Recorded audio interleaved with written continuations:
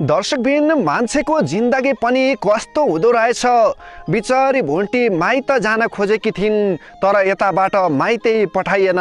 ती सासूले माइत पठाइनन्, अहिले यही बस्नुपर्छ भन्दै भुन्टीलाई उल्टे गाली गरिन्।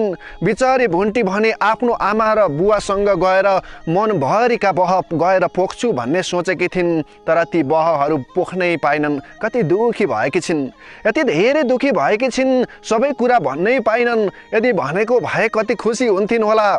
उतापट्टि बिचारा बुढा भएका बुवा अनि आमाले भने कुरिरहेका थिए। छोरी आउँछिन् भनेर बसेका ती बुढा भएका आमा र बुवा भने छोरीको पर्खाइमै त्यो रात बित्यो। अर्को दिन आयो, अर्को दिन पनि छोरी कतै हिजो नआएको आज पो आउँछिन् कि भन्दा पनि अर्को दिन पनि बिचारी छोरी गइनन्। यतापट्टि छोरीको मनमा पनि चिसो भएको थियो। मेरा बुढा भएका बुवा र आमाले मलाई कुरेर बस्नु भएको थियो होला। यदि म गइनँ भने के होला? उहाँहरू साँच्चीकै मलाई कति कुर्नु भएको थियो होला। तर यतापट्टि ती सासूले गर्दा म जानै पाइनँ भनेर भुन्टी निराश भएकी छिन्। पेटमा भुन्टीको बच्चा रहेको छ, छोरी जन्मिने तयारी रहेको छ, तर उतापट्टिको सबै परिवार खुसी भएका छन्, यतापट्टि पनि खुसी भएका छन्, तर भुन्टीको मनमा भने खुसी छैन।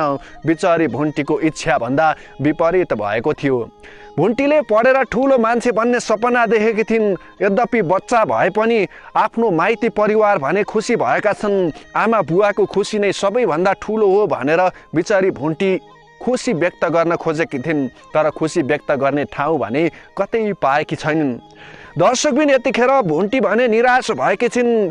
निराशमा भुन्टीको जिन्दगी चलिरहेको छ। बिचारी भुन्टी अब के गर्लिन्? दर्शकबिन तपाईँ भने भुन्टीलाई माइत गए हुन्थ्यो भन्ने लाग्छ या के लाग्छ? मनमा लागेको विचार व्यक्त गरिदिनु होला।